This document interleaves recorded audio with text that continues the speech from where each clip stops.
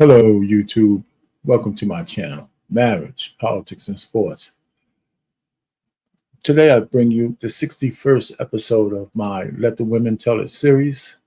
And this is a political season. So this is all politics that I'm talking about. But first, before we get into this young lady who's at a Trump rally in Atlanta, like, share, and subscribe to my channel. Hit that notification bell and, leave a comment. This is political season. Tell us what you think. If you listen to this video, you listen to her speech, whether you like Trump or don't like Trump, whether you like Harris or don't like Harris, don't put a comment in the block. Let's talk about it, chop it up. But anyway, I have this young lady. Some folks call her the Chick-fil-A girl. She was working at Chick-fil-A, and Trump visited that Chick-fil-A in Atlanta, I believe, and she hugged him, and she got a photo op out of it. But it turns out that she's a staunch conservative, and not believe she's going to vote for Trump. But she says a lot of things about what she thinks about Kamala Harris and what she thinks about the Biden-Harris ticket, and not ticket, but what they did or what they didn't do during their presidency. And she talked about a few things, and she got a really good reception at the rally. And so we're going to play her rally speech. Now, it's a little long. I might stop it in the middle for a little while.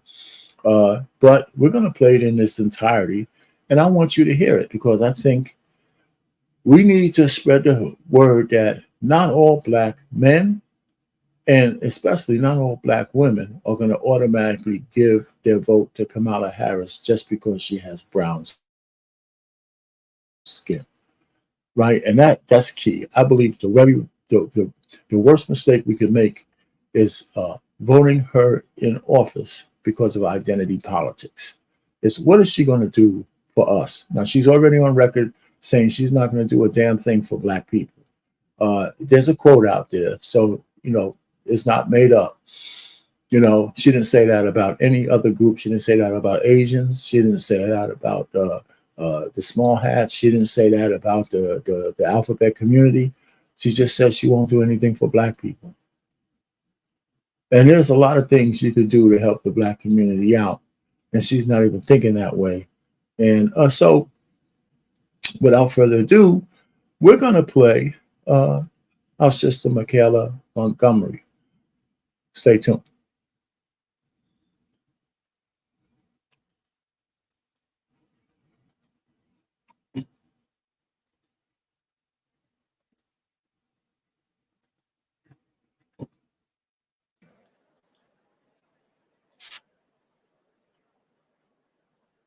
Ladies and gentlemen, please welcome to the stage founder of Conserve the Culture, Michaela Montgomery.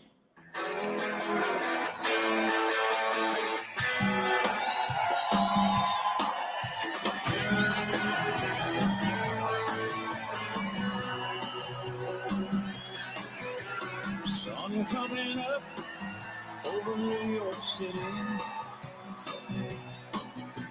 School bus driving. I'm so happy you all came out to see me. So, my name is Michaela Montgomery. A lot of you guys know me as the girl from Chick-fil-A, but I am so much more than that.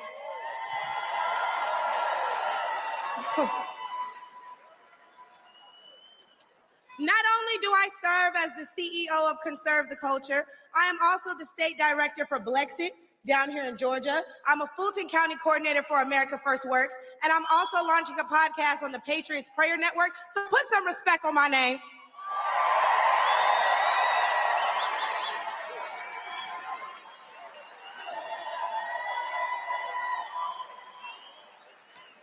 Now, why don't we jump right into it? See, as a young single mother, I can tell y'all that rent is too damn high. I can tell you that as a young Black voter, groceries are too damn high. And as an American citizen, period, seniors like my parents should never have to choose between medicine or food. It should never be the quality of life versus the quantity of life. And I don't want to hear, oh, but we capped the price of insulin and lowered the price of all these medicines. Yeah, but you raised the price of everything else. So it's about time to start telling the truth to Americans and let them know exactly what they're signing up for if they want to vote for Kamala Harris. We need to vote based on facts and not feelings. See, under Harris and Biden, the average Georgia household is losing $1,060 per month, and inflation is at 21.4%. And due to the war on energy, average gas prices have reached record highs for the state. We also did a poll, and 80% of us Black Americans are not happy with the current state of the economy. So I'm going to need 80% of y'all to vote accordingly in November. They love me. They love me. They really love me. The left wants you to get in your feelings about things that have been said, but I want you guys to pay attention to what has been done. They don't want to talk policy. They just want to use propaganda to steal your vote. The left is trying to tout this woman as a savior for the Black community, but all she's done is hurt the Black community since she came into the game.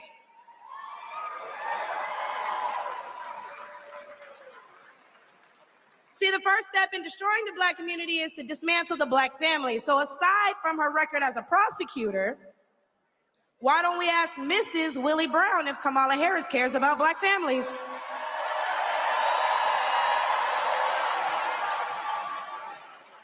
I wonder if Mrs. Willie Brown, a Black woman, is also with her.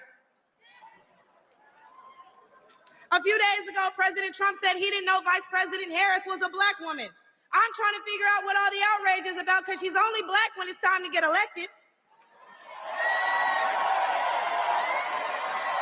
Did I lie?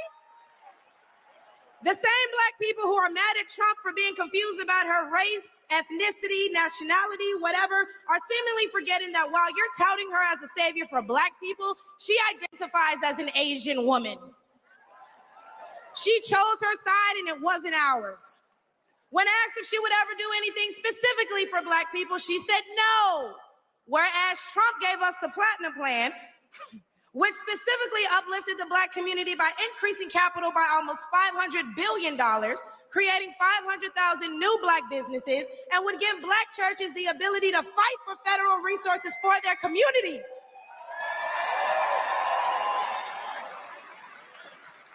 And why are we acting like strong borders aren't a thing literally everywhere else in the world? Since when has being patriotic been a crime? See, a few weeks ago at the debate, Trump mentioned Black jobs. And a lot of people got in an uproar as if they didn't know what he meant. Well, we go to the polls and cast our Black vote. We go to the stores and spend our Black dollar. We live in our Black community, but for whatever reason, we draw the line at a Black job. Oh, but wait, because if you're wondering what a Black job is, please, I encourage you all to drive through Atlanta at all these beautiful Black-owned businesses and check and see who works there. Probably a Black person working for a Black entrepreneur, recycling the Black dollar, creating Black generational wealth.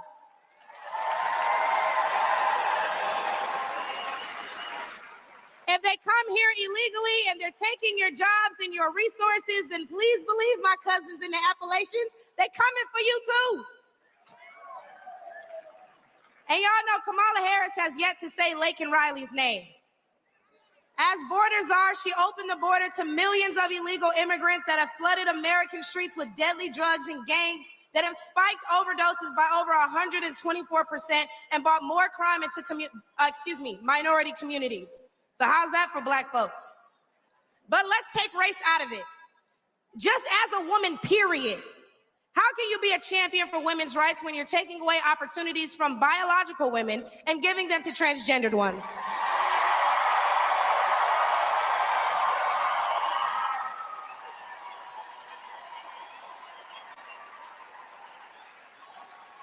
I'll wait, y'all, because I wasn't done. See, how can you promote equity for women and you're allowing men to play in women's sports?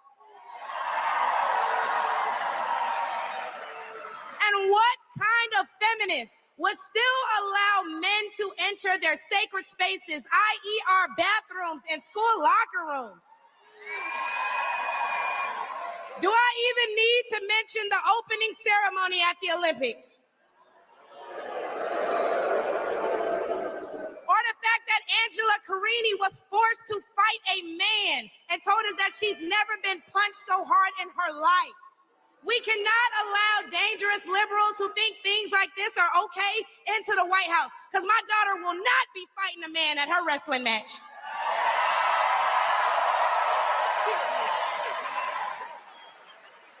And what I think both men and women can agree on is that national security is important. So who would y'all rather see lead us into war if it were so to happen? My silk-pressed sister Kamala or the big dog Donald Trump?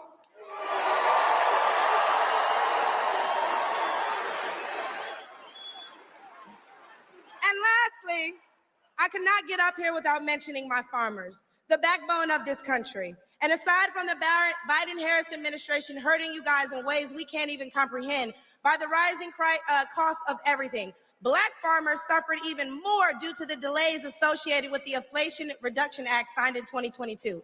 Now, don't let the Biden-Harris administration fool you, because they waited until the 9th hour to sign off on disbursements as a last-minute attempt to garner support. But why would they hurt the agricultural industry? Probably because they're looking forward to making more money in the pharmaceutical one. And speaking of pharmaceuticals, because I promise I'm gonna wrap this up, when they bring up abortion and they talk about protecting your medical freedoms, don't be afraid to mention COVID. The Biden-Harris administration forced Americans to take an experimental vaccine and took away their jobs, their livelihoods, and their freedoms if they refused. Trump gave us a choice and Biden gave us a mandate.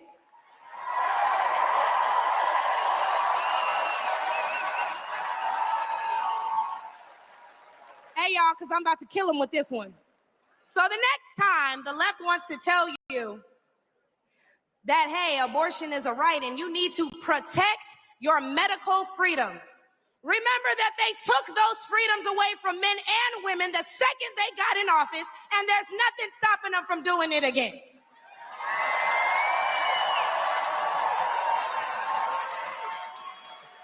Clock it.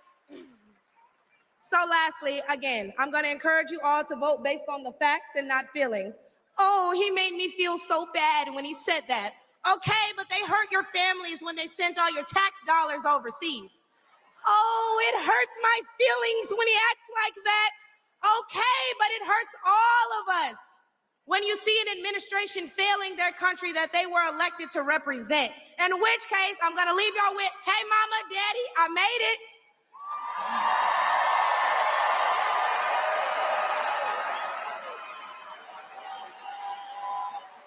And my baby girl, Amaya, is somewhere in here, so we can all say, hey, Amaya, in unison, because she's the real superstar, y'all. But I'm going to go ahead and let y'all get riled up and ready for Big T himself. Thank you guys for having me. I look forward to seeing you all.